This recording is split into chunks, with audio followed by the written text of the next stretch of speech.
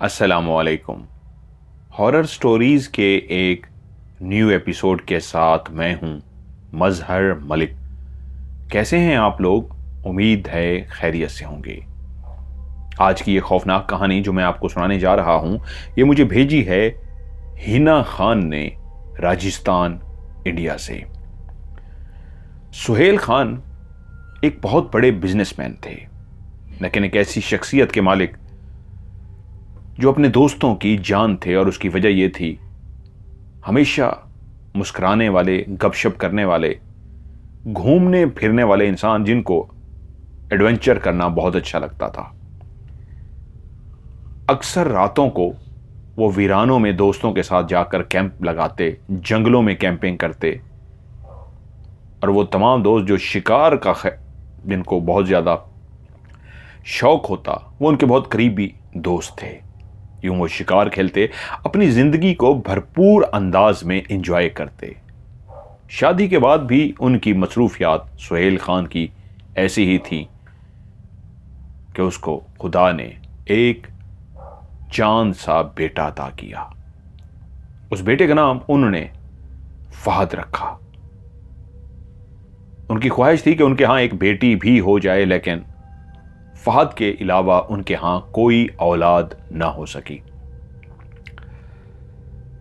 फहद को पढ़ने लिखने का काफी शौक था, और जब वो बड़ा हुआ तो उसने अपने वालिदैन से ख्वाहिश का इजहार किया कि वो पढ़ाई के सिलसिले में बाहर मुल्क जाना चाहता है। वालिदैन की अकलौती औलाद होने की वजह से मां भी यही चाहती थी कि बेटा उनके पास रहे, लेकिन बाप जानता था कि अगर बेटा बाहर जाकर आला तालीम हासिल कर लेगा तो यकीनन वो बेटे की ख्वाहिश भी पूरी हो जाएगी। और वो खुद भी यही चाहते थे कि बेटे की किसी भी ख्वाहिश के आगे वो रुकावट ना बने। इस चीज का उनको भी एहसास था कि अकलौता होने की वजह से वो उसको हर वक्त अपने पास रखना चाहते थे, लेकिन नहीं चाहते थे कि उसका कॉन्फिडेंस लेवल कम हो। इसलिए बेटे को बाहर जाने की इजाजत दे दी। उनके लिए बाहर जाना, बेटे से मिल के आना कोई मुश्किल नहीं था। बीवी को यह कह के उन्होंने मुतमईन कर दिया कि जब दिल करेगा, तुम्हें क्या मसला है, हम टिकट कटाएंगे और सीधा अपने बेटे से मिलने के लिए बाहर पहुंच जाएंगे, मिल के वापस आ जाएंगे। और कौन सा सारी जिंदगी के लिए जा रहा है, पढ़ लिख कर वापस तो उसने यहीं पे आना है।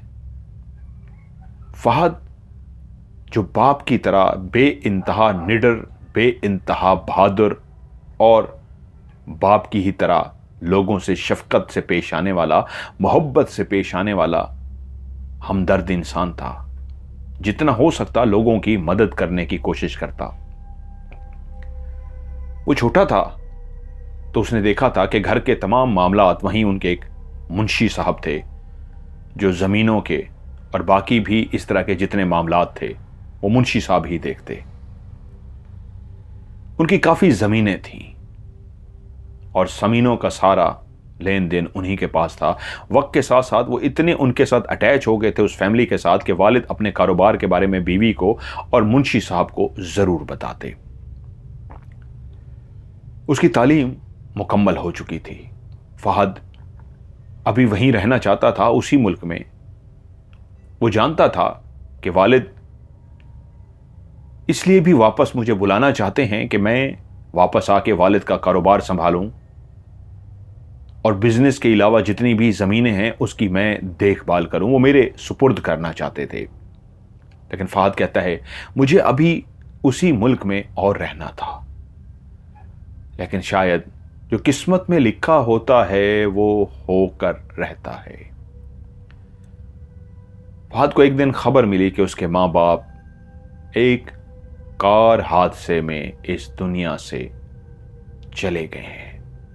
ये उसके लिए एक ऐसी खबर थी कि उस बच्चे के लिए, जिसका कुल सरमाया ही उसके माँ बाप थे, जो अपने माँ बाप से बहुत प्यार करता था, इस खबर को सुन के पागलों की तरह वो इंडिया तो पहुंच गया, लेकिन कितने दिनों तक वो नॉर्मल ना हो सका।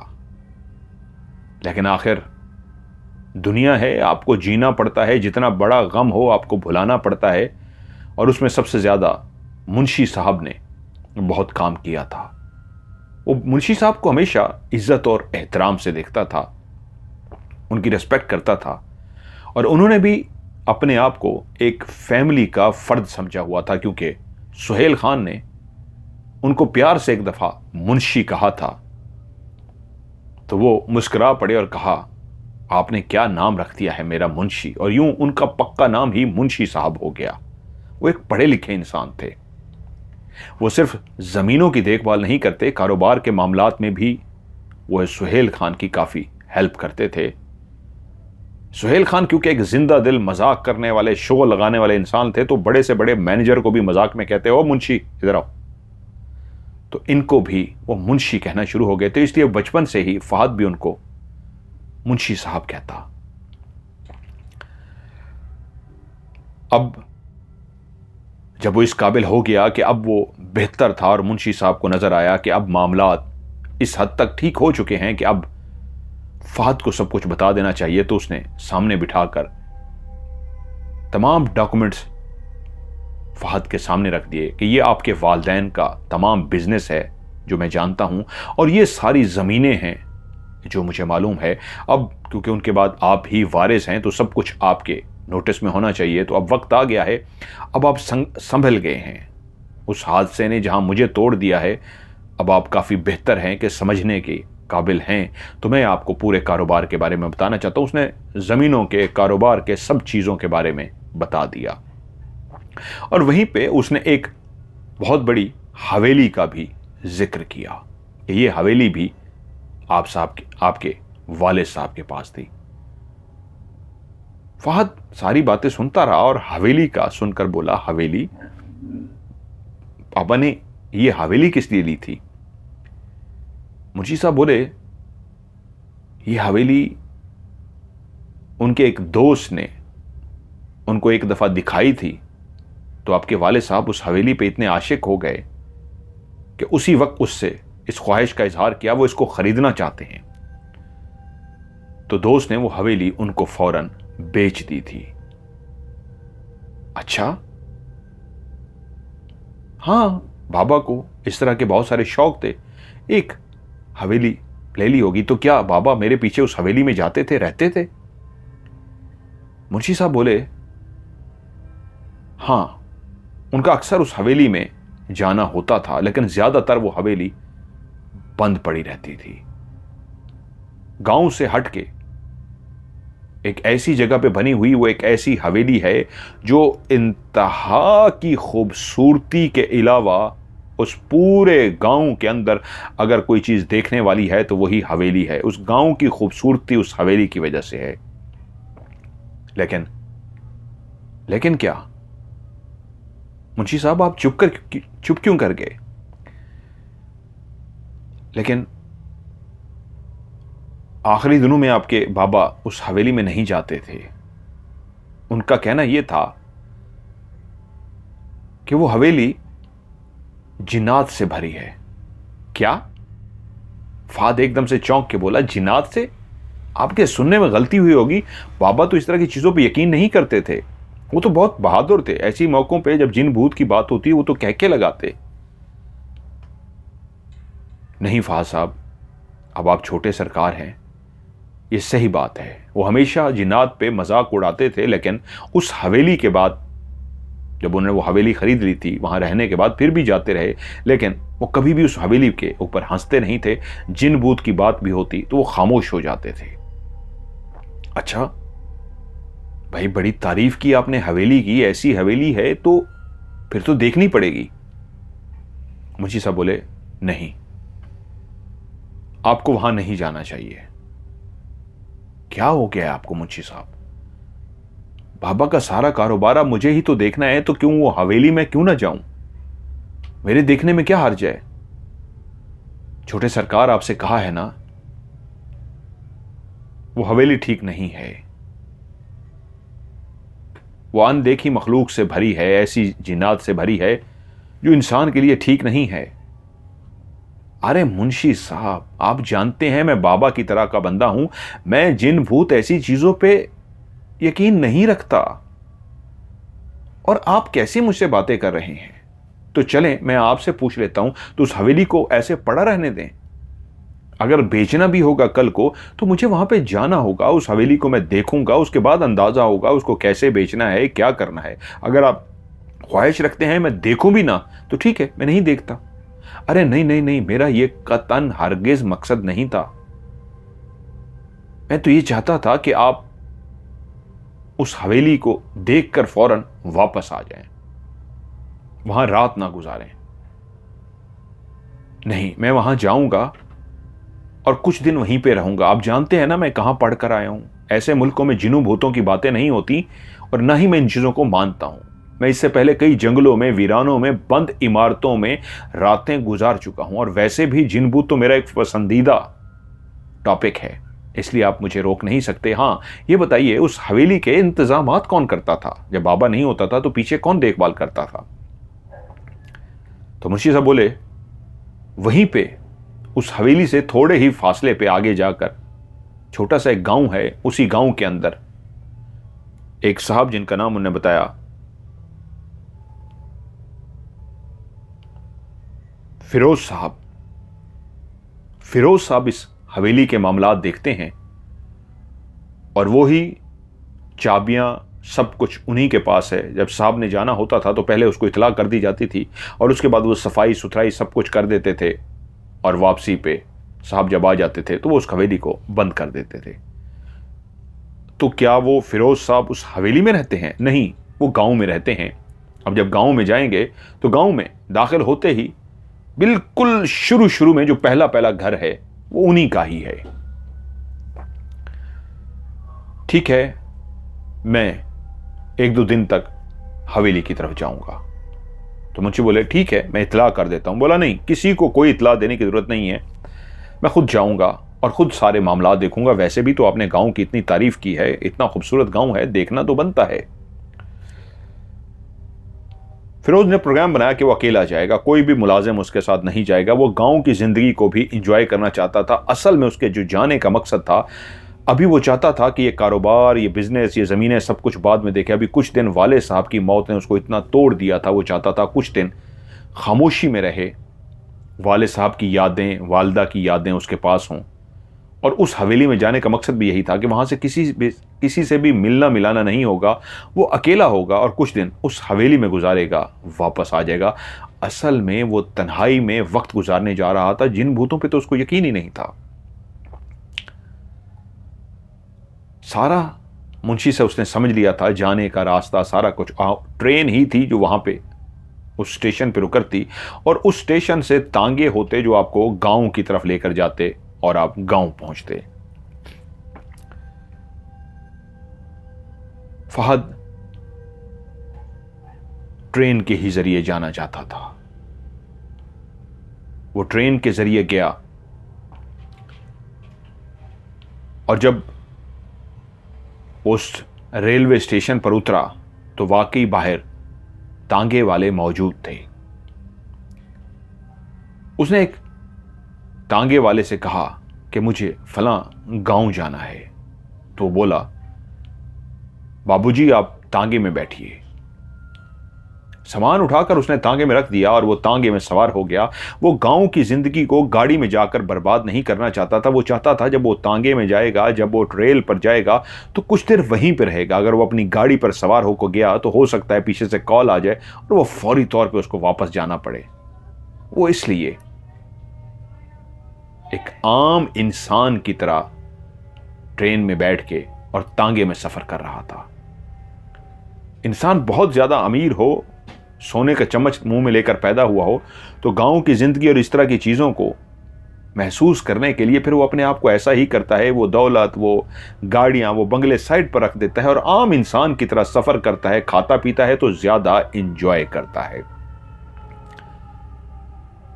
फहद भी रवाना हो गया, तांगे वाले के साथ बैठा हुआ। जब वो तांगे के इर्द गिर्द के लहराती तांगे पे बैठा हुआ फसलों को देख रहा था तो वो हैरान था कि मैं पहले ऐसी जगहों पे क्यों नहीं आया। जिन मुल्कों में रहा हूं उनकी खूबसूरती अपनी जगह पे कमाल है, लेकिन इन गांवों की खूबसूरती को देख के तो वो दंग ही रह गया। तांगा कितनी देर चलता रहा और वो महव हो के इधर उधर की खूबसूरती को देखता रहा। तांगे वाले ने भी उससे कोई बात नहीं की। जब वो गांव के करीब पहुंचने लगे तो उसने पूछा तांगे वाले ने, बाबू आपको गांव तो आने वाला है, किसके पास जाना है? तो उसने कहा गांव के शुरू शुरू में ही एक घर है, वहां पे फिरोज साहब रहते हैं, मुझे उनसे मिलना है। जी बाबू। उसने ऐसे सर हिला दिया जैसे पता नहीं वो जानता था फिरोज साहब को या नहीं।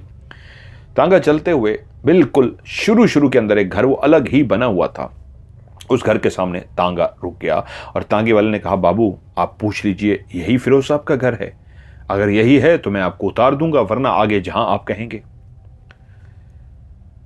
बाहर का पढ़ा लिखा नौजवान जो इस वक्त एक आम से लिबास में था, यानी देसी लिबास उसने पहन रखा था, वो नीचे उतरा। उसने दरवाजा खटखटाया। थोड़ी ही देर के बाद एक बुजुर्ग सा आदमी बाहर आ गया। बाहर खड़े एक नौजवान को देखकर चौंक सा गया और बोला, जी फरमाइए, मैं क्या मदद कर सकता हूं आपकी? अब मेरा नाम फहद है, मैं सुहेल खान का बेटा हूं। आप फिरोज साहब हैं ना? अरे छोटे सरकार, जी जी जी मैं ही, मेरा नाम ही फिरोज है।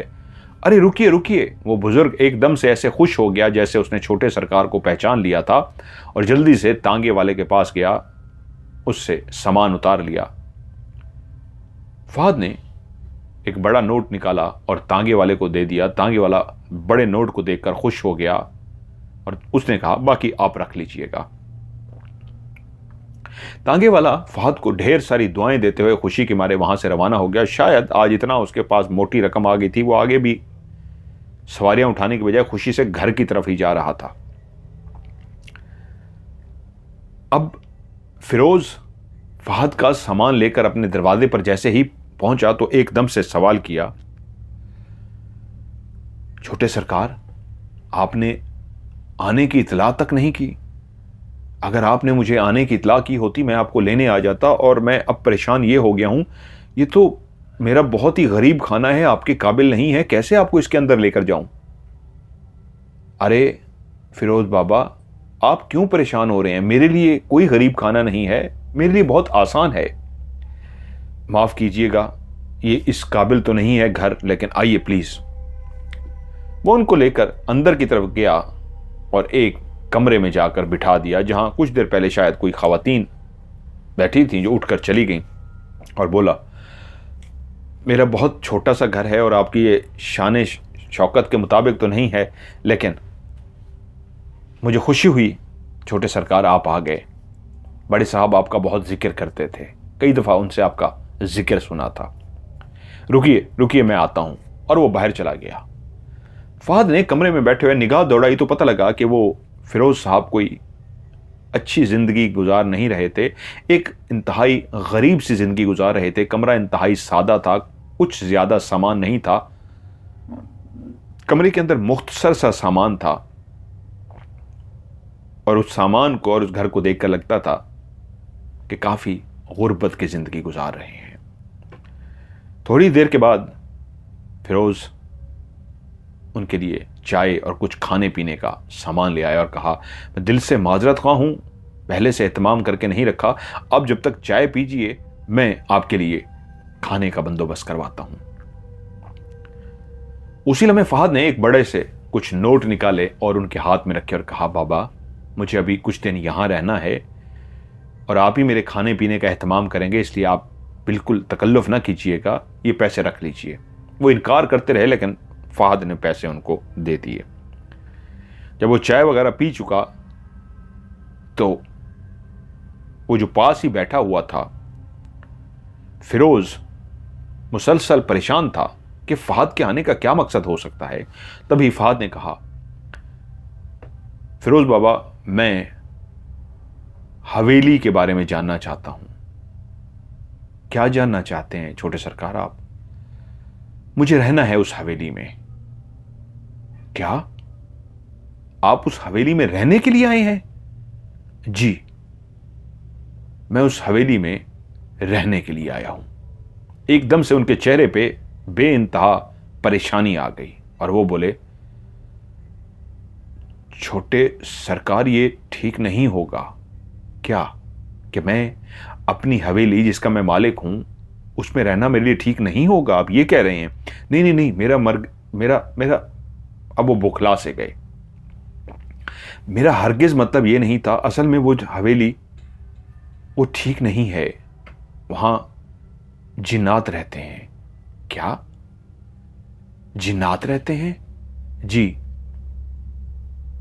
वो हवेली है तो बहुत खूबसूरत, इसमें कोई शक नहीं। उसके दरो दीवार, उसके अंदर जो काम हुआ है, उसके अंदर जो फर्नीचर पड़ा हुआ है, उसके अंदर जो पर्दे लगे हुए हैं, जो कालीन बिछे हैं, जो खूबसूरती है वो दीदनी है, इसमें कोई शक नहीं। जितनी भी तारीफें की जाए कम है, लेकिन वो हवेली जिन्नात का बसेरा है। आपके वालिद साहब भी बहुत कम रहते थे, इसलिए आपसे यही कहूंगा, आप वहां पे मत रहिए।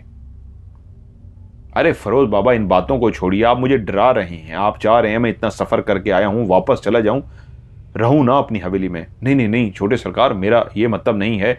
मैं नहीं चाहता आपको कोई डर लगे, नुकसान पहुंचे या कुछ भी हो। आप वहां मत जाइए। अच्छा ठीक है, मैं अभी फिर वापस चला जाता हूं। नहीं नहीं नहीं, मेरा मतलब ये भी नहीं था। जैसे वो चाहता था कि छोटा सरकार कहीं नुकसान ना उठा ले, उस जिन्नात की वजह से इसको कोई परेशानी ना हो जाए। वो शदीद परेशान हो गया था, लेकिन बोला ठीक है, अब आपको कब जाना है? अभी? अभी ठीक है, चलिए। उसी वक्त दोनों रवाना हुए। पैदल चलते हुए थोड़े ही फासले पे वो हवेली थी, लेकिन हवेली को दूर से ही देख के फहद हैरान हो गया। वो हवेली के करीब ही पहुंचा था कि उसने उसको देखा, जो उसका बाहर का नक्शा बना हुआ था, जैसा उसका गेट था, जैसे उसकी दरो दीवार थे, पुराने दौर की बनी हुई ऐसी खूबसूरत हवेली जिसको दूर से ही देख के बंदा देखता ही रह जाए। जिसने भी इस हवेली को तैयार करवाया था, बाहर से ही अंदाजा होता था उसने बहुत ज्यादा दिल से इसको तैयार कराया था। फहद ने बाहर खड़े होकर देखा और कहा, ओ मेरे खुदाया, कितनी खूबसूरत हवेली है। मैं सोच भी नहीं सकता था ये हवेली इतनी खूबसूरत होगी। ये मेरी सोच से कहीं ज्यादा खूबसूरत है। मैं इसको अंदर से देखना चाहूंगा, चलिए। वो जैसे ही हवेली के करीब पहुंचे, उन्होंने चाबियों का एक गुच्छा निकाला और उसमें से बड़े गेट को खोल दिया। लोहे का बड़ा गेट जिस पे ताला पड़ा हुआ था, जैसे ही खुला तो आगे इतना बड़ा उसका सहन था, लॉन कह लीजिए, जो अब उजड़ पुजड़ का शिकार था। कभी उसके अंदर दरख्त होंगे, कभी उसके अंदर सब्जा होगा। अभी वहां पे दरख्त तो थे, लेकिन सब्जा वगैरह सब खत्म हो चुका था, झाड़ियां उग चुकी थी। लेकिन उस इमारत के सामने ये बहुत बड़ा एक मैदान टाइप था, जिसकी चार दीवारी देकर गेट लगा दिया गया था। उस गेट से दाखिल हुए, चलते चलते चलते अब उस इमारत के दरवाजे के करीब आ गए। उसके ऊपर भी एक बड़ा सा ताला पड़ा था। फिरोज बाबा ने उस ताला को खोला। ये दूर से ही फहद ने देख लिया था कि हवेली की ये इमारत जिसमें वो दाखिल होने लगे थे, सिर्फ ये इमारत नहीं है, इसके पिछले हिस्से पे एक बहुत बड़ा शानदार किस्म का बहुत बड़ा बाग भी मौजूद था। वो जैसे ही हवेली के अंदर दाखिल हुआ तो उसने जो सुन रखा था, जितने भी लफ्ज, जितने भी जुमले उसने सुने थे, उसको लगा वो सब ने कम तारीफ की है। अंदर जो दीवारों का नक्शा था, दीवारों पे डिजाइन था, ऊपर से पर्दे, ऊपर से फर्नीचर जितना खूबसूरत, और कलर और उसके लगे हुए पर्दे, जो कुछ भी वो देखता गया हैरान होता गया। ये हवेली वाकई इतनी खूबसूरत थी। वो सोचना शुरू हो गया कि अगर इस पुराने दौर के इस बने हुए फर्नीचर को उठा के मैं बाहर किसी ऐसी जगह पे सेल पे लगाऊं जो एंटीक्स चीजों खरीदते हैं, नायाब चीजें खरीदते हैं, तो इतना महंगा बिकेगा। वो बड़े से ड्राइंग रूम में, जिसमें एक बड़ी सी टेबल लगी हुई थी, डाइनिंग टेबल, साइड पे सोफे लगे हुए थे, इंतहाई खूबसूरत बने हुए आरामदेह सोफे। वो उन सोफों पर बैठ गया। लेकिन उसने आते ही पहला सवाल किया, फिरोज बाबा, बाहर तो झाड़ियां वगैरह उगी हैं जिससे लगता है आबाद नहीं है, खैर आबाद है, लेकिन ये ड्राइंग रूम तो ऐसे लगता है जैसे रोजाना इसकी सफाई की जाती हो। ये तो बहुत खूबसूरत है, साफ सुथरा। लेकिन रुके, मुझे और कमरे देखने हैं। कुछ और कमरों को खोला गया तो सब के सब साफ सुथरे। वो हैरान हो गया, ये साफ कैसे है? फिरोज बाबा बोले, छोटे सरकार, मेरी एक पागल सी बेटी है, वो हर जगह पे फिरती रहती है, वो यहां पे भी आती है, इस हवेली की भी वही सफाइयां करती है। ऐसा नहीं है कि उसका दिमागी तवाज़ुन खराब है, वो इसलिए कि हम उससे मना करते हैं कि इस हवेली में अकेले मत जाया करो, लेकिन वो फिर भी आ जाती है, इसलिए हम उसे पागल कहते हैं। वैसे वो दिमागी तवाज़ुन उसका ठीक है, लेकिन उसको डर नहीं लगता। ये जो आप सफाइयां देख रहे हैं ये वही करती है, लेकिन शाम होने से पहले पहले हम उसे घर ले जाते हैं। यहां पे उसको शाम को रुकने की इजाजत नहीं है। ये बहुत अजीब हवेली है, इसमें कैसे राज हैं आप सोच भी नहीं सकते। खैर कोई बात नहीं, बस आपने एक फेवर मुझे देनी है बाबा, कि मेरे खाने पीने का इंतजाम आपने करना है। बाकी इस हवेली में पानी ये वो सब कुछ चालू है। जी जी साहब, सब कुछ चालू है, आप यहां पे आराम से रह सकते हैं और खाना मेरे घर से आ जाएगा। तो ठीक है, अब आप जाना चाहें तो जा सकते हैं, मैं खुद ही हवेली को देखूंगा, घूमूंगा फिरूंगा, आप मेरे खाने का बंदोबस्त कर दीजिएगा। फिरोज साहब वहां से चले गए।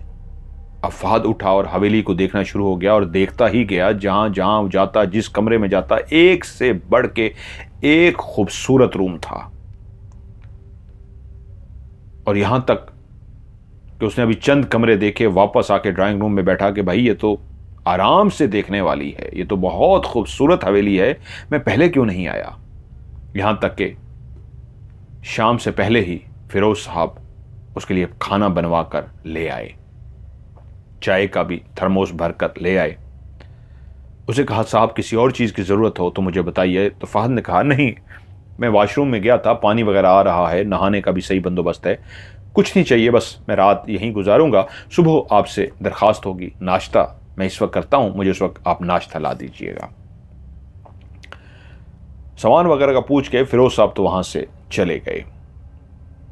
फहद ने खाना वगैरह खाया और उसके बाद अब उसे देखना था कि रात को कौन सा कमरा वो अपने सोने के लिए पसंद करे।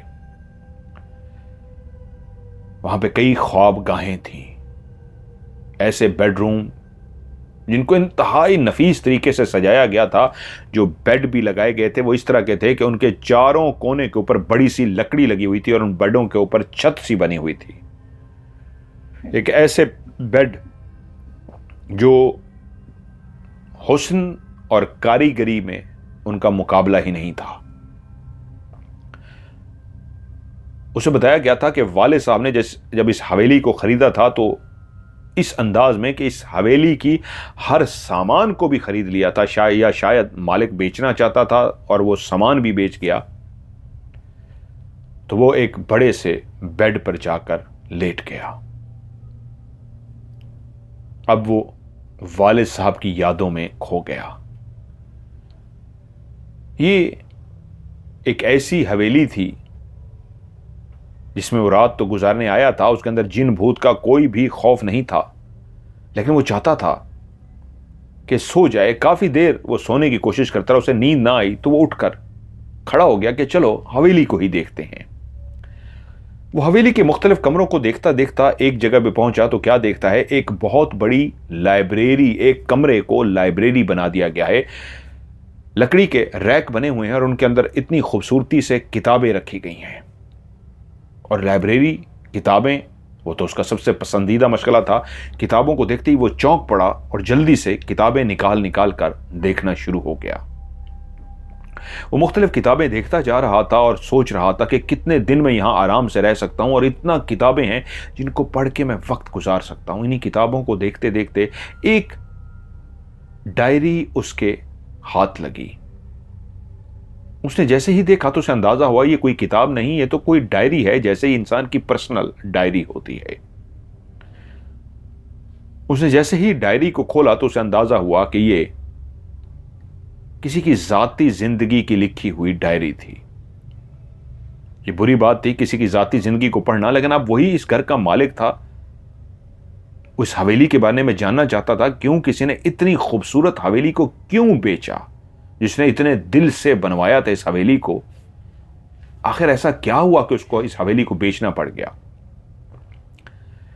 उस लाइब्रेरी से वो डायरी लेकर अपने बेडरूम में आ गया। अब बेडरूम में लेटकर उसने उस डायरी को पढ़ना शुरू किया। डायरी पे जिस शख्स से इस इमारत को खरीदा गया था उसका नाम लिखा था, चौधरी असलम खान। पहला लाइन यही थी, मेरा नाम चौधरी असलम खान है, आज मैं इस हवेली का मालिक बन चुका हूं। लेकिन एक एक पल इस हवेली के अंदर मेरा खुशियों भरा है, मैं बहुत ज्यादा खुश हूं। और मुझे इस हवेली में अभी आए चंद घंटे ही हुए हैं, लेकिन मैंने अपनी जिंदगी का अहवाल लिखना शुरू कर दिया है। शायद मेरी जिंदगी खूबसूरत से खूबसूरत होने जा रही है ऐसी जगह पे और ऐसी खूबसूरत हवेली के अंदर। अब वो इस तरह सफ़े पढ़ता जा रहा, तकरीबन तीसरे सफ़े पर पहुंचा तो वहां पे लिखा हुआ था, आज मैं अपने उस बड़े से खूबसूरत से बाग के अंदर गया। बाग के बिल्कुल जब मैं आखिर में पहुंचा तो वहां पे एक बहुत बड़ा बेरी का दरख्त था। ऐसी बेरी एक तो गोल गोल सी होती है, उसका दरख्त बड़ा पतला होता है, एक होते हैं बड़े से लंबे से सब्ज कलर के बेर, उसका घना बहुत होता है। उस बेरी के दरख्त के करीब में पहुंचा तो वहां पे एक बुजुर्ग को खड़े देखा। मैं हैरान हो गया, शायद वो बेरी लेने के लिए आया था। मुझे लगा बुरा है, अगर वो कोई आ गया है और बेर खाना चाहता है तो कोई बात नहीं, क्योंकि बेर पके हुए थे। मैंने उसे इग्नोर कर दिया और उसके करीब नहीं गया कि कहीं परेशान ना हो जाए। अगर कोई गरीब शख्स आ गया है, बेर खाना चाहता है, इट्स ओके। मैं 2 दिन के बाद दोबारा उस बाग के अंदर गया तो मैंने देखा उसी जगह पे वो एक बुजुर्ग जिसको मैं पहले देख चुका था, वो ना सिर्फ वहां पे मौजूद था, बल्कि साइड पर एक पत्थर इस अंदाज में दीवार के साथ पड़ा था कि अगर वो वजन पड़ता रहता तो शायद दीवार गिर जाती। मैं चलता हुआ उस पत्थर के पास गया और हम कलाम हुआ, जैसे कोई इंसान अपने आप से मुखातिब होता है कि यार ये पत्थर तो दीवार को गिरा देगा, खैर मैं किसी को बुलाता हूं, इसको हटा दे। वो ये कह के मैं जैसे ही मुड़ा हूं, मैंने देखा है वो बुजुर्ग चलता हुआ उस पत्थर के पास गया है और मैं ये देखकर रुक गया हूं कि ये क्या कर रहा है। उसने दोनों हाथों से जोर लगाया है और इतने भारी भरकम पत्थर को उठा के दूसरी तरफ जाकर फेंक दिया है। और मैंने ये जैसे ही देखा है, तेजी से चलता हुआ मैं हवेली के अंदर आ गया हूं। वो कौन था बुजुर्ग? मुझे उससे खौफ सा आया। इतनी बड़े पत्थर को उठाकर कैसे उसने बाहर फेंक दिया था, ये मेरी समझ में नहीं आ रहा था।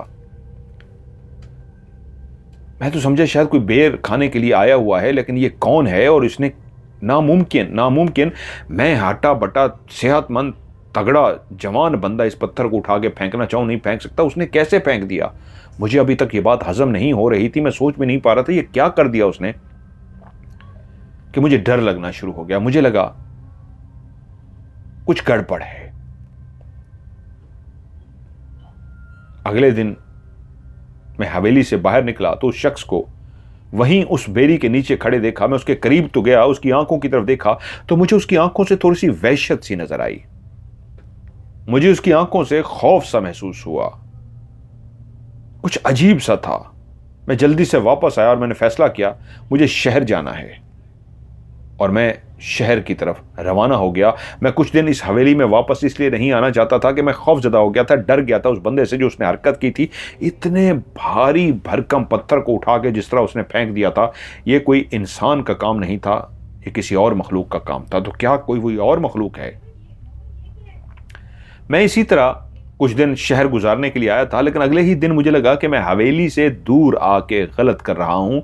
हवेली की कशिश, हवेली की खूबसूरती, हवेली मुझे मुसलसल अपनी तरफ बुला रही थी कि कहाँ चले गए हो। मेरा दिल उदास हो रहा था कि मैं क्यों शहर आ गया हूँ, मैं हवेली क्यों नहीं जा रहा। फिर से मैंने अपने आप को तसल्ली दी, हाँ मुझे हवेली जाना चाहिए, मैं क्यों भाग के आ गया हूँ। एक शख्स ने अगर पत्थर को उठा के साइड पे फेंक दिया है तो इसमें हर्जी क्या है।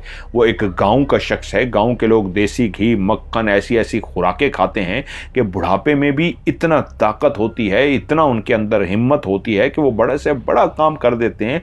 अगर उसने भी एक बड़ा काम कर दिया, उठा के फेंक दिया, तो इसमें क्या मुजायका है। मैं क्यों डर गया हूं, इंसान ही तो है। एक पत्थर इस तरह उठाकर फेंकने से मैं डर गया हूं? नहीं, मुझे नहीं डरना चाहिए।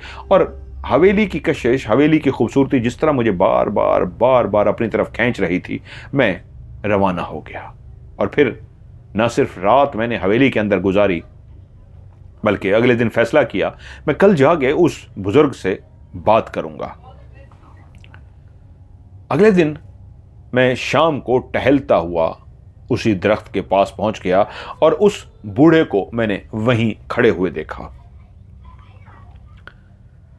जब मैं वहां गया तो आज मैं उससे बात करने के मूड में था और मैंने जाकर उसको सलाम किया, तो उसने मेरे सलाम का जवाब दिया। मैंने उनसे पूछा, आप कौन हैं और यहां क्या कर रहे हैं? वो मुझसे बोला, मेरा नाम यूसुफ है और मैं जानता हूं आपका नाम चौधरी असलम खान है। आप ही इस हवेली के मालिक हैं। मैं हैरान हुआ कि उसको मेरा नाम कैसे पता था। मैंने तो उसको अपना नाम नहीं बताया था, जो अपना नाम यूसुफ बता रहा था। मैंने कहा, यूसुफ साहब आप मेरा नाम कैसे जानते हैं? वो मुस्कुराया और बोला, मैं और भी बहुत सारी बातें जानता हूं। कैसा, क्या बातें जानते हैं? मैंने उसे कहा तो आगे से खामोश रहा। मुझे लगा जैसे कह के फंस गया था, जानता तो नहीं था, ऐसे कह ही दिया था उसने। मैंने उसे कहा, आप यहीं कहीं करीब रहते हैं किसी गांव में? वो बोला, मैं आपसे एक सवाल पूछता हूं, क्या आप ऐसी मखलूक पे बसेरा करते हैं जो आधी इंसान हो और आधी जिन, जिसको जिनसा कहते हैं या आमिर बोलते हैं? जिनसा या आमिर, मैं समझा नहीं। क्या आप इस बात को मानते हैं कि कुछ मखलूक ऐसी भी होती है जो कुछ उसकी आदतें इंसानों की तरह होती हैं और कुछ आदतें जिन्नात की तरह की होती हैं? उसी को ही जिनसा कहते हैं, आमिर कहते हैं, जो रूप धार लेते हैं। आमिर, जिनसा, आप कहना क्या चाह रहे हैं? मैं कहना यह चाह रहा हूं चौधरी असलम खान साहब कि मेरी रिहाइश इसी दरख्त पे है जिसके नीचे मैं खड़ा हूं और जिसके बारे में मैं आपको बता रहा हूं, जिसको आमिर कहते हैं या जिनसा कहते हैं, वो मैं ही हूं। चौधरी असलम कहता है, किताब में लिखता है, डायरी में। मैं मुस्कुरा पड़ा। अच्छा, आप जिनसा हैं, यानी आप आधे जिन हैं और आधे इंसान? जी बिल्कुल। मैं कैसे मान लूं इस बात को कि आप जिन हैं या इंसान हैं, सिवाय इसके कि आपने एक ताकतवर पत्थर को अगर उठा लिया तो आप इस बिना पे मुझे कहेंगे कि आप जिन हैं? पत्थर तो कोई भी जो ताकतवर है उठा के रख सकता है, नामुमकिन भी नहीं था उसको उठाना, कोई भी उठा सकता था। चलें फर्ज कर लेते हैं आप ही जिनसा हैं, तो आपके बाकी घर वाले कहां हैं? इसी दरख्त पर रहते हैं। मेरी पूरी फैमिली इसी दरख्त पर रहती है। आप एक अच्छे इंसान हैं, नेक इंसान हैं। आपके बारे में मैं बहुत कुछ जानता हूं, इसलिए आपके सामने आ गया हूं। और एक आपको बात भी मैं बता दूं, चले रुकिए, आपको अपनी फैमिली से मिलवा देता हूं, फिर आपको यकीन आ जाएगा। उसने नाम पुकारने शुरू कर दिए यूसुफ ने कि नीचे आ जाओ, असलम खान साहब आपसे मिलना चाहते हैं। अब अंधेरा नहीं हुआ था, अंधेरा होना शुरू हुआ था। घुप अंधेरा नहीं, अभी अंधेरा यानी सूरज गरूब जब हो जाता है तो सूरज गरूब होते ही 30 मिनट के बाद घुप अंधेरा होता है। तो सूरज गरूब हुआ था और अभी अंधेरा शुरू हुआ था कि मैंने देखा ऊपर से इंसान इस अंदाज में जैसे कोई हाथ दरख्त पे रखता है, टच भी नहीं करता, ऐसे हाथ रखते हुए तेजी के साथ नीचे लोग उतरना शुरू हो गए। कहां से आ रहे थे? मैं ऊपर की तरफ ही देख रहा था, ऊपर कोई नजर नहीं आ रहा था। ऊपर कहां से आ रहे थे? कई औरतें और कई मर्द नीचे आकर खड़े हो गए एक ही लाइन बना के। वो उसी दरख्त से उतरे थे। इतनी औरतें, मर्द और बच्चे नामुमकिन था एक दरख्त के ऊपर बैठ सके, लेकिन उतरे इस अंदाज में थे जैसे कोई दीवार पे हाथ और पांव रख के चढ़ता है ना। लेकिन अगर आप सीधे हाथ रख के चढ़ेंगे तो आप कैसे चढ़ सकते हैं? लेकिन वैसे अपने सीधे हाथ बंदर की तरह रखते हुए नीचे आ गए थे। मैं समझ गया ये इंसान नहीं है, इतने इंसान तो दरख्त पे रह ही नहीं सकते। लेकिन अभी भी एक हल्का सा मेरे अंदर डाउट था। तो वो बोला, मेरी फैमिली से मिलिए, ये मेरे खानदान के लोग हैं, ये मेरी बीवी है, ये मेरी बेटी है, ये मेरा बेटा है। हम लोग आमिर जिन होते हैं जो इंसान का रूप धार के रहते हैं, इंसानों के बीच में रहते हैं, इंसानों से शादियां भी करते हैं। और ये भी बताऊं, कई जगहों पे मुस्तकिल तो नहीं लेकिन एक दिन के लिए, कुछ दिन के लिए मुलाजमत भी करते हैं। लेकिन मेरे सारे बच्चे इंसानों के ही एक मदरसे से कुरान पढ़ भी चुके हैं और बाकी बच्चे अभी पढ़ रहे हैं। यूं समझिए हम जिन्नात की वो कैटेगरी हैं जिनको आमिर बोलते हैं, जिनसा बोलते हैं, जो इंसानों के बीच में रहते हैं लेकिन इंसान उनको पहचान नहीं सकते। ये कई इंसानों के बीच में हर दौर में रहे हैं, हम भी वही हैं। और आप मेरी फैमिली से मिलने के बाद सोच रहे हैं कि अभी भी एक आपको डाउट है, तो ये लीजिए, इनको खुदा हाफिज कहते हैं। आप लोग मिल चुके हैं, जाइए। जैसे ही उसने कहा, मेरी आंखों के सामने खड़े खड़े वहीं पे सब गायब हो गए। और उसने ये जान के किया था, मुझे यकीन दिलाने के लिए कि भाई ये जिन नहीं है। जैसे ही वो मेरी आंखों के सामने गायब हुए, मुझे झटका लगा और वो मुस्कुरा पड़े। अब तो यकीन आ गया, हम जिनसा हैं, हम आमिर हैं। ये मेरी फैमिली थी और ये आपका घर है, ये हमारा घर है। आपसे मिलके बहुत अच्छा लगा। आपसे कहा था ना मैं आपके बारे में बहुत कुछ जानता हूं। आप अदब से बहुत लगाव रखते हैं और हमें भी अदब से बहुत लगाव है। आप शेर व शायरी बहुत पसंद करते हैं, हमें भी शेर व शायरी बहुत पसंद है। इसलिए कहा आपके बारे में बहुत कुछ जानते हैं। और मैं हैरान रह गया, वो डायरी में पढ़ रहा है, डायरी में लिखा है कि मैं हैरान रह गया, मुझे वाकई अदब से बहुत शौक था। और वहीं पे उन्होंने एक अदब का बेहतरीन शेर सुनाया। मेरे अंदर जो अभी तक खौफ आ गया था, जो एक अभी तक डर सा आ गया था, उस शेर के बाद ज़ौक़ सा जाग गया। उस शेर के बदले मैंने खड़े होकर वहीं पे एक शेर सुना दिया। तो वो तारीफ करते रहे। कहा इसलिए तो हम आपके सामने हाजिर हुए हैं, आपके इस ज़ौक़ की वजह से कि आप शायराना ज़ौक़ रखते हैं। अब आपसे रोज़ मुलाकात होगी। और फिर मेरा खौफ ख़त्म हो गया। इस हवेली में मेरा दिल लग गया। मैं रोज़ उस जिन से जिसका नाम यूसुफ था, मेरी रोज़ मुलाकात होती।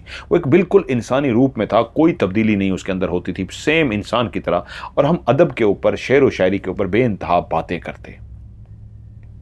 ये डायरी के मुख्तलिफ सफ़ात थे जो पढ़ते हुए फहद यहाँ पे पहुंचा तो आगे डायरी खाली थी, जैसे किसी ने जान के सफ़ों को खाली छोड़ दिया हो। अभी हैरान कौन बात थी, इतना कुछ अपनी जिंदगी का लिख दिया तो आगे सफ़े क्यों खाली थे? इसका किसी के पास जवाब नहीं था। अगर कोई जवाब दे सकता था तो इस घर के मालिक चौधरी असलम खान। अब वो कहां थे कोई नहीं जानता। जब वो डायरी को पढ़ चुका तो वहीं उस कमरे में लेटे हुए, जो वही हवेली थी जहां पे जिन्नात का जिक्र हुआ था, और वहां पे कोई जिनसा था और मालिक जो इस हवेली का था उसने लिखा था, वो भला झूठ क्यों लिखेगा? उसकी जिंदगी की ये कहानी थी। पहली दफा उसको हल्का सा डर सा लगा। काफी देर वो जागता रहा लेकिन सो गया। सुबह हुई तो उनके मुलाजिम फिरोज बाबा उनके लिए नाश्ता वगैरह ले आए। और जैसे ही उन्होंने नाश्ता वगैरह रखा तो कहा बाबा बैठिए। वो सामने बैठ गए तो बोले, क्या आपने जिनसा के बारे में कभी सुना है? तो एकदम से चौंक गए और बोले, आपको कैसे पता लगा जिनसा के बारे में?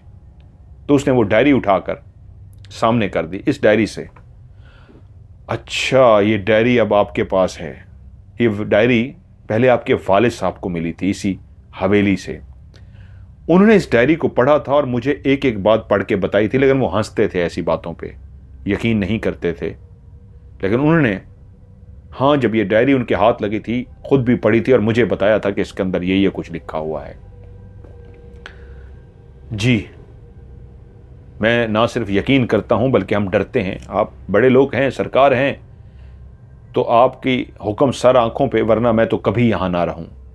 आपने रात कैसे गुजारी आप बेहतर जानते हैं, मेरे लिए बहुत बड़ा मसला है। खैर, कुछ देर वो बैठे रहे, फहद से बातें करते रहे और फहद ने कहा मेरा तो दिल लग गया है, मैं कल पूरी हवेली को देखूंगा, कुछ हिस्से देख लिए हैं, बस आपने पैसों की परवाह नहीं करनी। मजीद पैसे उसको दिए और कहा मेरी ज़रूरत का ख्याल रखते रहिएगा।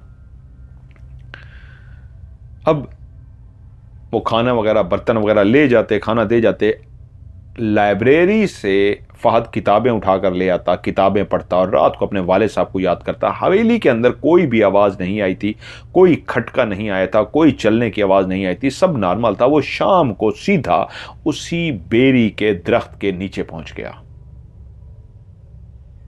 कुछ भी नहीं था, एक सिंपल सा बेरी का दरख्त था और कुछ भी नहीं था। वही बेरी का दरख्त उसको उसके बाबा जी जो साथ थे मुलाजिम, उन्होंने दिखाया था, जी ये दरख्त है, कुछ भी नहीं था। वो रोज उस दरख्त के नीचे जाता रहा, लेकिन उसको कभी भी कुछ भी नजर ना आया। एक दिन ऐसे ही बाग में चलता चलता वो उसी बेरी के दरख्त के जैसे ही पास गया। रोजाना वो मगरिब के टाइम जाता था, जब सूरज गरूब होने लगता था, वो टाइम जो डायरी में लिखा होता। तो उसने देखा कोई पीछे है। वो जैसे ही दरख्त के पीछे गया तो वहां उसके सामने एक इंतहाई हसीनो जमील लड़की दरख्त के पीछे जो छुपी हुई थी निकल के सामने खड़ी होगी और वो उछल गया।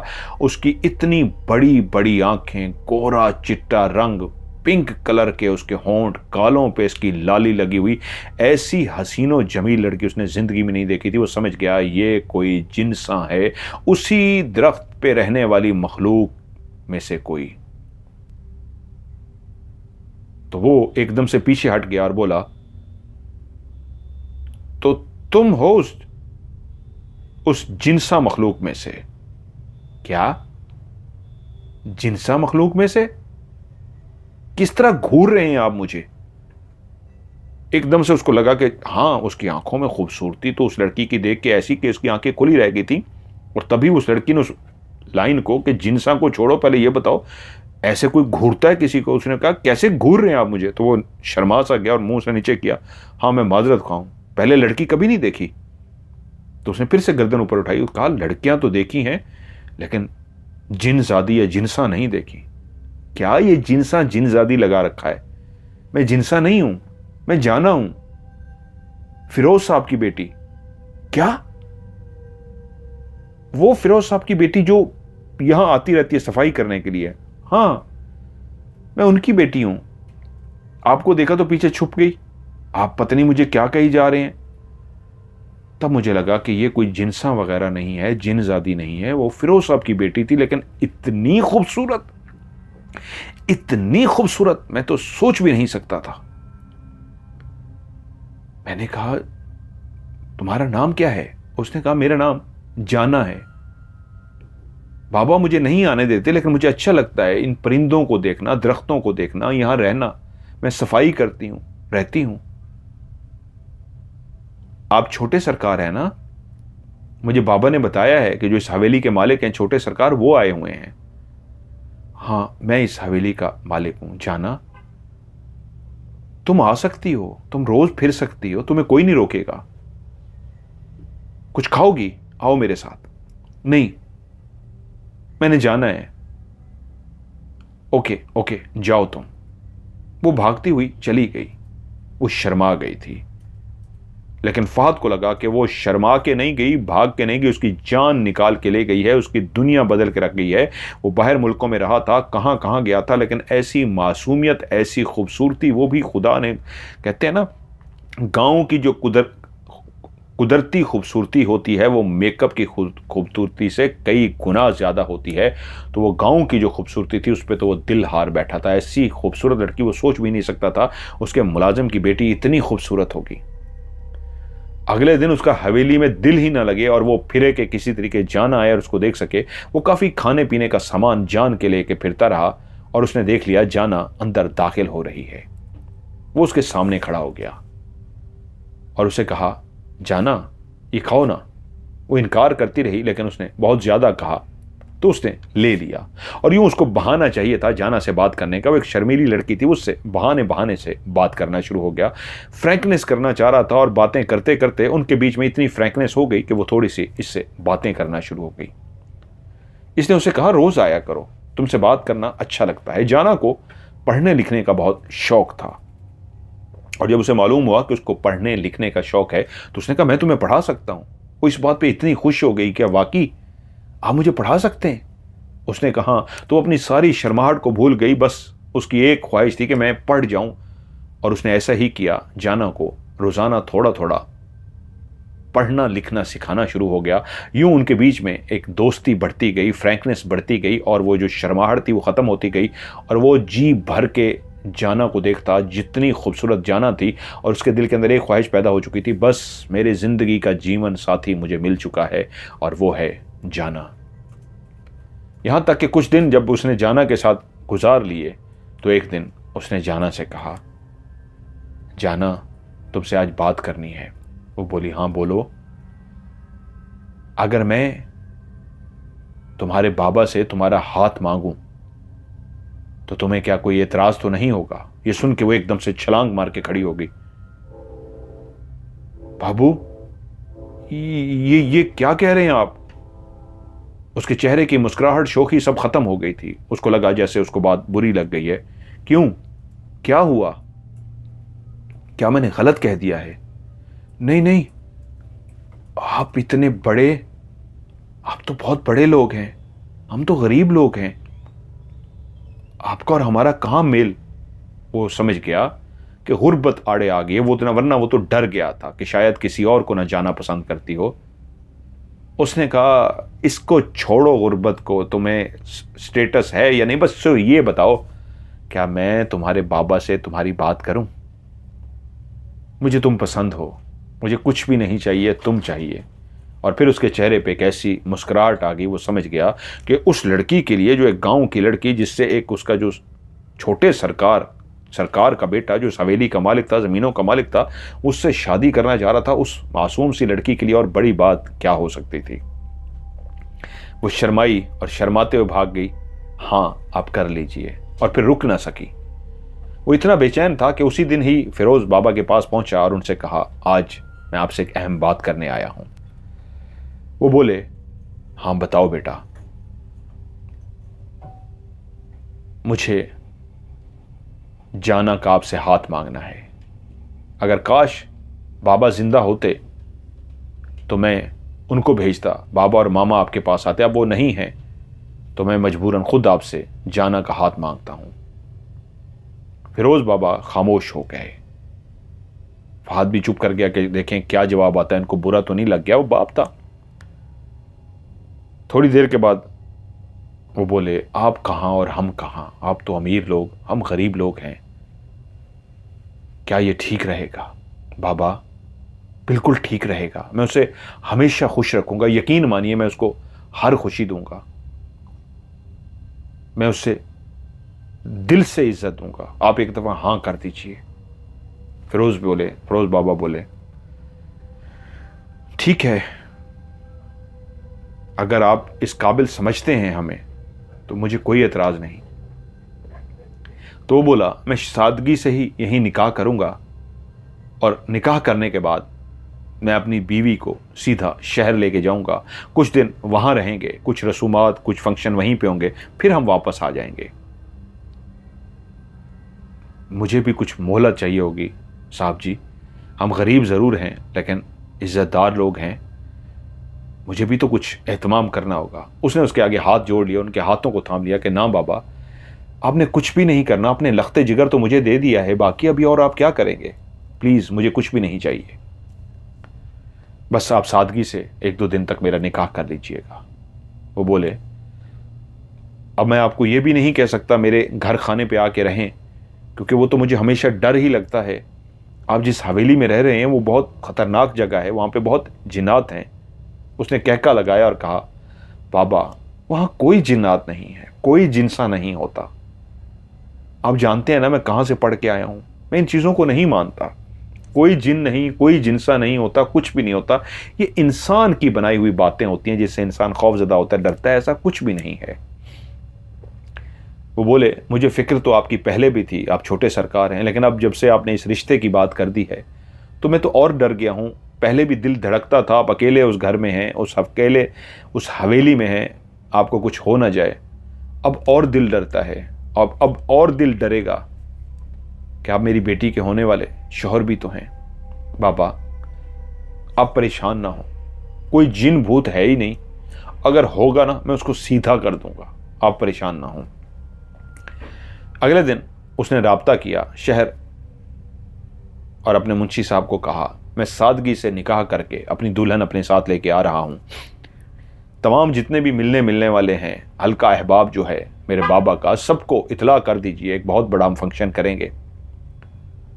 और मेरे कुछ दोस्त, उनको भी इतला कर दीजिएगा, एक फंक्शन अरेंज कर दीजिए। मुंशी साहब जो मैनेजर थे, असल में मैनेजर साहब बोले, आप बेफिक्र रहिए, मुझे डेट बताइए। उसने डेट बता दिया, उसने कहा सब अरेंज होगा, आप आ जाइएगा। अगले ही दिन फिरोज साहब को उसने बुला लिया कि आज निकाह करा दीजिए, कुछ ज़्यादा लोगों को बुलाने की ज़रूरत नहीं है, सादगी के साथ निकाह होगा और मैं और मेरी बीवी हम शहर चले जाएंगे। कुछ दिन वहाँ पे गुजारने के बाद फिर हम वापस आ जाएंगे। अगले ही दिन 3-4 मर्द लेके और कुछ 1-2 औरतों के साथ फिरोज बाबा हवेली में ही आ गए। वहीं हवेली में ही जाना को लाया गया। जाना को दुल्हन की तरह बहुत कीमती महंगा लिबास तो नहीं पहनाया गया, लेकिन उनकी जो एक इस्तिताअत थी, जो उन्होंने अपनी बेटी के लिए लिबास गरीब सा बना रखा था, वही उसको लिबास पहनाया गया और सादगी के साथ इस्लामी तरीके से उनका निकाह हो गया। वो पहले ही फ़ोन कर चुका था कि हम जब पहुंचेंगे तो सीधा पॉलर जाना था, जाना ने वहाँ पे तैयार होना था। सीधा उसके लिए कहा था कि एक उसका बंदोबस्त करना, जो लहंगा होता है दुल्हन के लिए, वो लिबास वगैरह तैयार करना था, उसको फिर मेकअप करवा कर फंक्शन में पहुंचना था। निकाह हो गया तो वो उस रात हवेली में रुके ही नहीं। वो चाहता था कि वो जल्दी से अपने शहर पहुंचे और वो अपनी बीवी के साथ हनीमून, सुहाग रात अपने घर मनाना चाहता था। वो और जाना निकाह के बाद फिरोज बाबा से इजाज़त लेकर रवाना हो गए। वहाँ पहले से ही इंतज़ामात मौजूद थे, लहंगा वगैरह बहुत ही कीमती ले लिया गया था और उसी दिन सारे मेहमानों को रात को बुला लिया गया।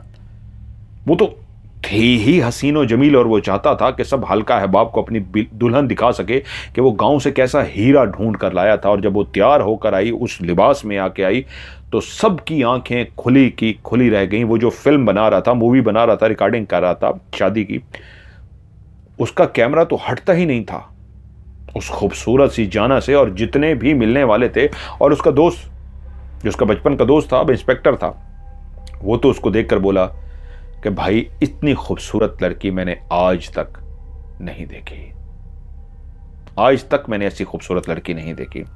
और सब हैरान थे, सब कीमती हीरे जवाहरात पहने हुए, महंगे लिबास पहने हुए, बिजनेस क्लास थी, लेकिन जाना उन सब में इतनी खूबसूरत लग रही थी कि जाना का किसी से कोई मुकाबला ही नहीं था। सबकी आंखें खुली की खुली रह गईं। किसी ने भी इतना सोचा भी नहीं था कि जाना, उसकी होने वाली जो बीवी जो अब बन चुकी थी, इतनी हसीनो जमील होगी। फंक्शन ख़त्म हुआ, एक एक करके सारे मेहमान जाना शुरू हो गए।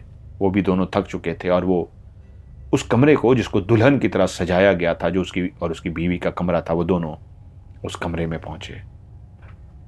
वो कमरा आर्टिफिशियल और हकीकी फूलों से भरा हुआ था, इंतहा का सजा हुआ था और दुल्हन बनी जाना सामने बैठी थी। उसके पास गया और उसे बोला, मैं कितना खुशकिस्मत हूं और कितना बदकिस्मत, काश अम्मी अब्बा आज जिंदा होते तो वो कितने खुश होते। उनका एक ही इकलौता बेटा आज दूल्हा बना बैठा है, उनके लिए बहू लेकर आया, लेकिन वो इस दुनिया में ना रहे। और खुशकिस्मत ऐसा हूं कि देखो मैं शायद आज बाहर ही होता या बाहर अपने लिए लड़की पसंद कर चुका होता, लेकिन उस दुख की वजह से माँ बाप मरे तो मैं यहाँ आ गया, और यहाँ तुम जैसी मुझे बीवी मिल गई। मुझसे ज़्यादा खुशकिस्मत कौन हो सकता है।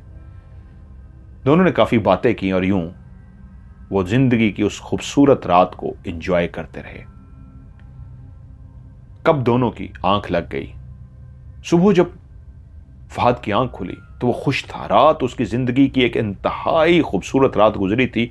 उसकी सुहाग रात थी, जो उसने अपनी रात को सुहाग रात मनाई थी, वो इसमें खुश था। एक ऐसी लड़की उसकी बीवी बनी थी जो इतना खूबसूरत थी कि पूरे फंक्शन में सबकी निगाहें जाना से हटती ही नहीं थी, और रात वो लड़की उसकी बाहों में थी। लेकिन उसने मुड़कर उसको प्यार से देखना चाहा, जो उसके पास लेटी हुई थी, तो देखा बिस्तर खाली है। ये कहाँ उठ गई? लेकिन वो शायद नहा रही थी। साथ वाले अटैच बाथरूम से शावर चलने की आवाज आ रही थी। वो लेटा रहा। अभी वो नहा कर बाहर आती है। नहा के कितनी खूबसूरत लग रही होगी। काफी देर तक जब वो बाहर नहीं आई तो वो उठ के बाथरूम की तरफ गया, उसको आवाजें दी, जाना जाना जाना। उसने दरवाजा नहीं खोला तो उसने धक्का दिया तो दरवाजा अंदर की तरफ खुल गया। देखा शावर चल रहा है, अंदर कोई नहीं है। यहां तो कोई नहीं, क्या नहा के बाहर चली गई है? वो कमरे के बाहर निकला। मुलाजिम वगैरह जाग चुके थे, ये तो लेट उठे थे, मियाँ बीवी थे, दिन चढ़ गया था। उसने मुलाजिमों से पूछा कि बेगम साहिबा को देखा है? तो उसने कहा नहीं, आपका तो कमरा अभी खुला है, जब आप बाहर आए हैं वो तो बाहर नहीं आई है। तो वो कहाँ गई? पूरे घर में उनको छान मारा गया, पूरे घर में जाना नहीं थी। परेशानी बढ़ गई, जाना कहाँ गई? बाहर भी नहीं गई थी, किसने नहीं देखा था। परेशान हुआ, अपने उस दोस्त इंस्पेक्टर को कॉल की जो शादी पे तारीफे कर रहा था, जो उसका बचपन का दोस्त था, उसको बुला लिया गया। उसको जब सारी बात बताई तो परेशान हो गया कि ये कैसे हो सकता है, वो कहाँ जा सकती हैं भाभी, हैं समझ ना आए। उसने कहा फिर एक काम करो, फौरी तौर पे मुझे भाभी की कोई तस्वीर दो, मैं भाभी की फौरी तौर पे तस्वीर अपने कारिंदों को दे के ढूंढने की कोशिश करते हैं। उसने कहा यार तस्वीरें तो नहीं ली, हाँ तुम तस्वीर ले सकते हो, रात रिकॉर्डिंग हुई थी, वीडियो बनी थी, वीडियो में तुम देख के वहां से कोई तस्वीर निकाल सकते हो। फौरी तौर पे वीडियो वाले को कॉल की गई। वो अपना VHS और कैसेट होती थी उस दौर में, VHS कैसेट के साथ आ गया। कहा कि यार ये चलाओ, दुल्हन की तस्वीर लेनी है। जब उस कैसेट को लगाकर चलाया गया तो उनका दोस्त इंस्पेक्टर फहद और वीडियो वाला सारे सर पकड़कर बैठ गए। पूरे फंक्शन में सब मौजूद थे सिवाय जाना के, जो फंक्शन में मौजूद ही नहीं थी। सब कुछ वैसा हुआ था जैसा फंक्शन में हुआ था, लेकिन जिस जगह पे जाना बैठी थी वो जगह खाली थी और वो सर पकड़ के खड़ा था। कैमरामैन कह रहा था ये नहीं हो सकता, मैंने अपनी आंखों से उनको देखा था और मैं ही तो उनके फ्रेम बनाता रहा था। ये देखिए मेरा फ्रेम, ये मैंने साइड से कैमरा टेढ़ा किया था उनका चेहरा लेने के लिए, ये मैंने क्लोज बनाने के लिए आगे किया था, ये मैं पीछे आया था कि उनका ड्रेस दिखा सकूँ, ये मैं ये कर रहा था, ये मैं ये कर रहा था। लेकिन वहाँ पर कोई भी वीडियो में नहीं था, नामुमकिन थी। और उसको एकदम से वो लाइन याद आ गई जो उसने डायरी में पढ़ी थी। उसने कहा था आप जिन्सा को मानते हैं, जो इंसानों में रहते भी हैं, नौकरियां भी करते हैं, यहां तक इंसानों में शादी भी करते हैं, तो क्या जाना फिरोज बाबा की बेटी नहीं जिन्सा थी? ये कैसे हो सकता है? उसने अपने दोस्त को सारी बात बताई, डायरी का भी बताया और सारा बताया, फिरोज बाबा को बताया। उसने कहा चलो फौरी तौर पे, वो तो वीडियो में थी ही नहीं, प्रूफ ही नहीं था, कहां गई, कैसे तस्वीर निकालते। सीधा गाड़ी में रवाना हुए और फिरोज बाबा के घर पहुंचे तो पता चला वो घर को ताला पड़ा हुआ है। गांव वालों से पूछताछ की गई तो उन्होंने कहा हां, कुछ अरसा पहले जो असल फिरोज खान था, जो उस हवेली का मुलाजिम, उसको मरे हुए कुछ महीने हो गए थे और उसके बाद वो घर खाली था। किसी और फिरोज नामी बंदे ने किराए पे आकर लिया था और जिस दिन फहद उस घर पहुंचा था तो उससे 1 महीना पहले ही वो घर को खाली कर गए थे।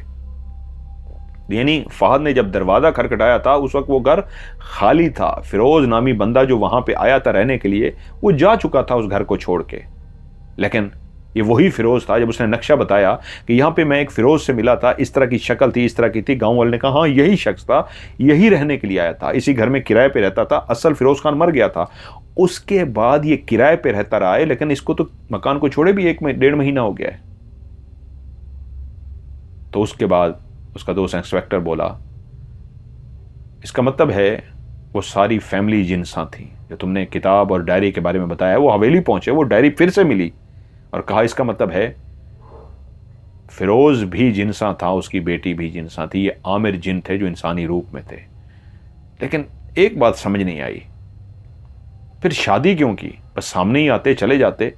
बाकायदा तुम बताते हो वो अपने बंदे लेके आए थे, तुम्हारा तो कोई नहीं था, उन्होंने निकाह किया इस्लामी तरीके से, बाकायदा निकाह हुआ और उस जिनसा ने तुम्हारे साथ बीवी की तरह रात गुजारी है, हम बिस्तरी की है, सुहाग रात मनाई है और सुबह ही गायब हो गई है। क्या मतलब है इस बात का, यह समझ नहीं आई।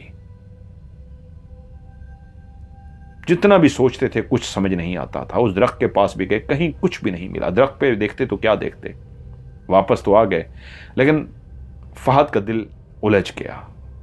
उसने कहा उस अधूरी डायरी को मैं लिखूंगा, मैं उसी हवेली में जाके रहूंगा, उसके जो सफ़े खाली पड़े थे वो अब मैं लिखूंगा। और फिर उसने जाके वो डायरी में सब लिखा और उसी हवेली में रहना शुरू हो गया कि मैं आज अपनी जाना के लिए इसी हवेली में आके रह रहा हूं कि मेरी जाना मुझे मिलेगी। वो मेरी बीवी है, वो आमिर जिन्नात की वो नस्ल जो इंसान का रूप धार के इंसानों से शादी करते हैं, उसने मुझसे शादी की है, वो मेरे निकाह में, मैं उसका इंतज़ार करूंगा। आज इतना दिन हो गया है उसके इंतज़ार का। अगले सफ़े पे लिखा है आज इतना दिन हो गया है उसके इंतज़ार का। सफ़ों पे सफ़े था लेकिन हर वक्त यही एक लाइन लिखी होती थी, आज इतना दिन हो गए हैं इसका इंतज़ार का। और उसके बाद अगले सफ़े खाली थे। उसके बाद जब ये डायरी हाथ लगी और पढ़ा गया तो कोई नहीं जानता था फहद के साथ क्या हुआ, क्या जाना उसको मिल सकी या नहीं, कोई नहीं जानता। ये थी आज की खौफनाक कहानी जो मुझे भेजी हिना खान ने राजस्थान इंडिया से। आपको ये कहानी कैसे लगी नीचे कमेंट्स में ज़रूर बताइएगा। वीडियो को लाइक कीजिएगा, दोस्तों के साथ शेयर कीजिएगा।